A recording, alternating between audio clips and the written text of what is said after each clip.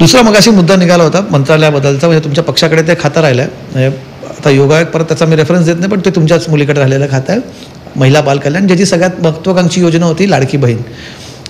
त्याच्या यशावरती त्याचं खूप मोठं यश रिझल्ट्समध्ये दिसलं असं अनेकांचं म्हणणं आहे. पण गेले काही दिवस आम्ही बघतोय लाडक्या बहिणींची संख्या कमी होते आणि याच्यावरनं टीकेची जोड उठलेली आहे याच्यावरनं, की हळूहळू लाडक्या बहिणींची संख्या कमी करायला चालली आहे. जो एक आकडा आमच्याकडे येतो आहे तो जवळजवळ 12 लाखपर्यंत आत्ता आलेला आहे. ही संख्या कमी झालेली आहे. आगामी काळात ती 40 लाखांपर्यंत जाऊ शकते असंही म्हटलं जातं आहे. त्यामुळे एक सगळ्यात जी ऑब्व्हियस टीका केली जाते ती निवडणुकांपुरती तुम्ही लाडकी बहीण योजना वापरली, निवडणुका झाल्या, यश मिळालं, आता कुठेतरी त्यातनं विड्रॉ करतात आणि ती योजना कमी करतात असं तुमच्यावरती आरोप होत आहे, तुमच्या सरकारवरती.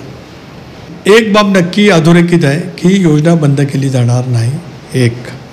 दोन, या योजनेच्या निकषामध्ये काही बदल केले गेलेले नाहीत. जे निकष आत्ता आहेत तेच निकष ही योजना सुरू करताना होते.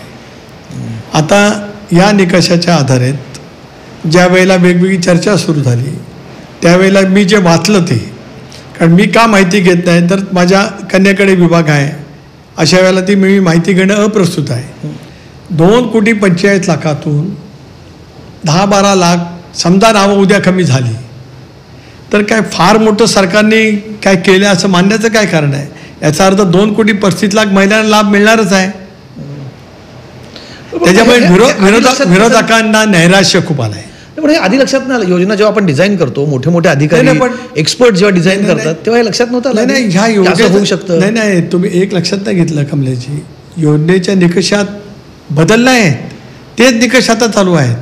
बरोबर. त्या निकषाप्रमाणे जे अर्ज आले ते मंजूर झाले. आता ती छाननी सुरू झाली किंवा त्याच्याबद्दलचं बोललं गेलं, त्याच्यातून मग अपात्रतेचा किंवा स्वतःहून सरेंडर करण्याचा विषय आला.